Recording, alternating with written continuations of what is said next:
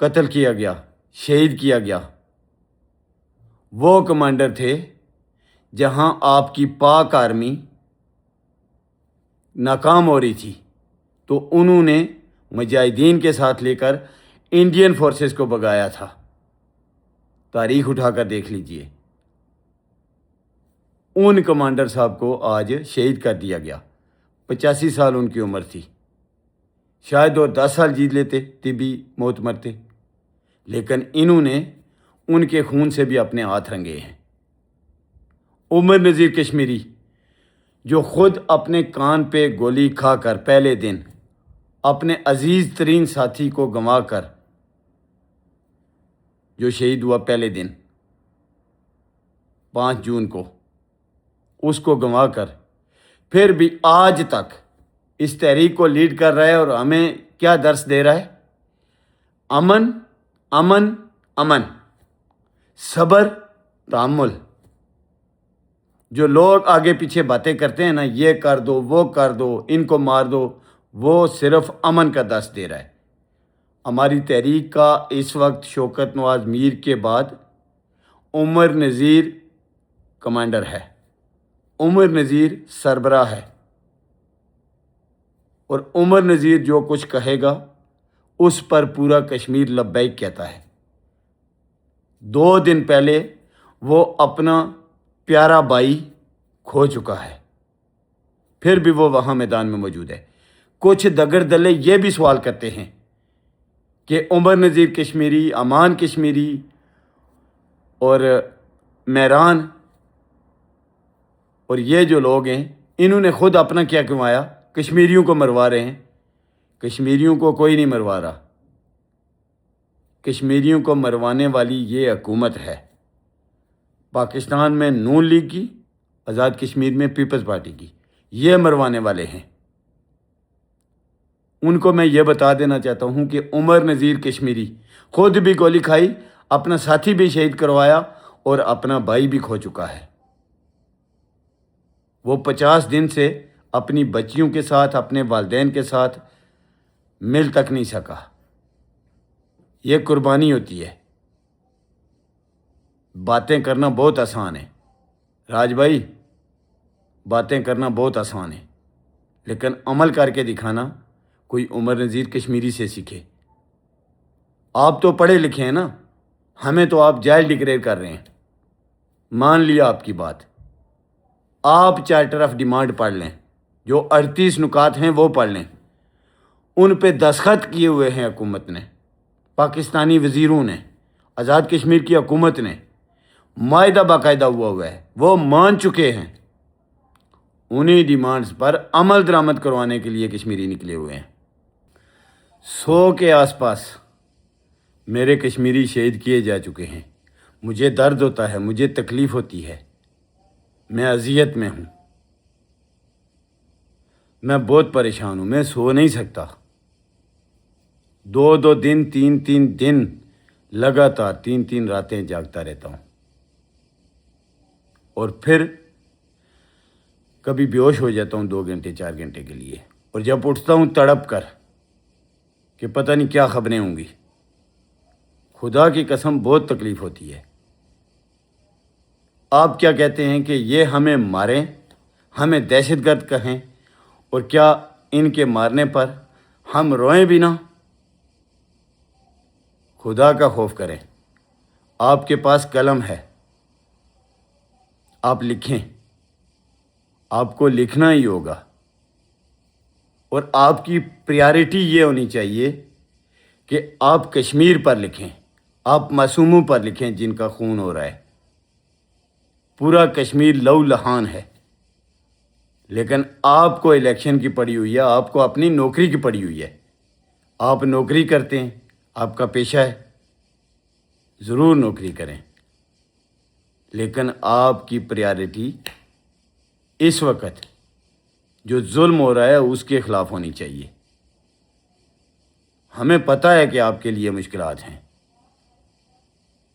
آپ چپ بھی بیٹھ سکتے ہیں، وہ بھی ہم قبول کر سکتے ہیں، لیکن خدا را اگر کوئی ان دگڑ دلوں کو، ان دہشت گردوں کو، ان گولی مارنے والوں کو اگر کوئی ان الفاظ سے پکارتا ہے تو آپ کو تکلیف اس کی نہیں ہونی چاہیے۔ 7 سال کی بچی مرے اس کی تکلیف ہونی چاہیے، 14 سال کا بچہ مرے اس کی تکلیف ہونی چاہیے، 100 سے زائد شہید ہو جائیں ان کی تکلیف ہونی چاہیے۔ میرا کمانڈر فاروق جو آزادی کا رہنما تھا، آج کشمیری قوم ایک کمانڈر سے محروم ہو گئی ہے، ایک مزاحمت کار سے محروم ہو گئی ہے جو انڈیا کے خلاف لڑتا تھا۔ آپ کو اس کی تکلیف ہونی چاہیے، تکلیف ہونی چاہیے ان باتوں سے۔ جو کوئی آ کے لکھتا ہے آپ اس کو بلاک کرتے ہیں، بالکل۔ جو ایکسٹریم پہ لکھتے ہیں، جو جھوٹ لکھتے ہیں، جو غلط لکھتے ہیں، ان پہ آپ کی باتیں ٹھیک ہیں، ان کو بلاک کرنا چاہیے، لیکن بلاک کرنا مسئلے کا حل نہیں ہے۔ کبوتر آنکھیں بند کر لے تو بلی سے بچ جائے گا، ایسا نہیں ہو سکتا۔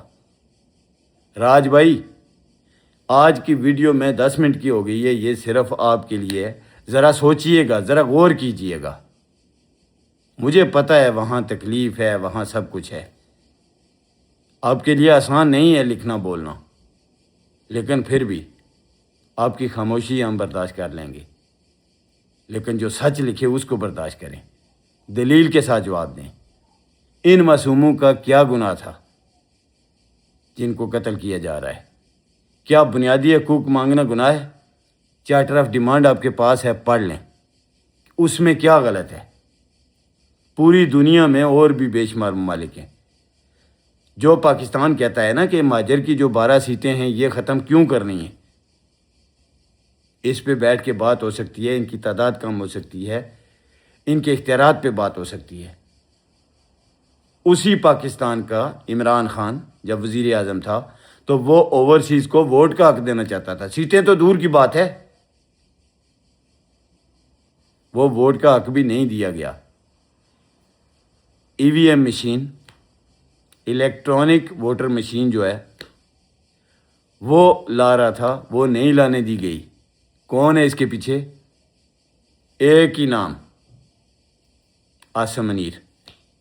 اس کے خلاف پورا پاکستان جتنی دیر سے بولے گا اتنی قربانی دینی پڑے گی، اتنا نقصان اٹھانا پڑے گا۔ ایک بندہ ہے، یہ تو میں سمجھتا ہوں جو حکومت ہے، جن کے گلے پڑنی ہے یہ ساری باتیں، نون لیگ پاکستان میں اور آزاد کشمیر میں پیپلز پارٹی، ان کے گلے پڑنی ہیں یہ باتیں۔ یہ معصوم سمجھتا ہوں میں ان کو، یہ بیچارے ہیں، معصوم تو ہے نہیں لیکن بیچارے ہیں، اور بیچارگی اپنے کرتوتوں کی وجہ سے ہے، ٹھیک ہے۔ ہڈی کے ساتھ جو تھوڑا سا گوشت رہ جاتا ہے نا، جس کے لیے کتا لڑتا ہے، ان کو صرف اتنا ملتا ہے، سارا گوشت یہ جرنیل کھا رہے ہیں۔ جتنا جلدی ان کے خلاف بولیں گے اتنی کم قربانی دینا پڑے گی، جتنا لیٹ ہوں گے اتنی زیادہ دینی پڑے گی، یہ یاد رکھیے گا۔ ہو سکتا ہے میری باتیں آپ کے لیے تکلیف دہ ہوں، مجھے بھی بلاک کر سکتے ہیں آپ، لیکن بلاک کرنا مسئلے کا حل نہیں ہے۔ کبوتر آنکھیں بند کر دے تو بلی سے بچ نہیں سکتا، سچ کا ساتھ دینا پڑے گا۔ یہ زندگی ایک بار ہی ملی ہے اور ایک بار ہی موت آنی ہے، سوال ہی نہیں پیدا ہوتا کہ موت کوئی واپس لا سکے۔ جو دن مقرر ہے وہ سچ کے ساتھ بھی وہی ہے، وہ جھوٹ کے ساتھ بھی وہی ہے، وہ منافقت کے ساتھ بھی وہی ہے۔ اس لیے خدا را میری آپ سے اپیل ہے، قلم والوں سے اپیل ہے، پورے پاکستانیوں سے اپیل ہے، پورے کشمیر کے لوگوں سے اپیل ہے کہ صرف سچ کا ساتھ دیں۔ سچ سے دور رہ کر بھی موت آنی ہے، ٹھیک ہے۔ اگر میدان جنگ میں موت ہوتی تو خالد بن ولید رضی اللہ تعالیٰ عنہ اتنے جید جرنیل تھے، ان کی موت بستر مرض پر نہ ہوتی، وہ کسی جنگ میں شہید ہوتے۔ اس لیے موت کا وقت مقرر ہے، وہ کہیں بھی آ سکتی ہے۔ موت کا ڈر چھوڑیے، ڈر دور کیجیے، ایک ہی دفعہ آنی ہے۔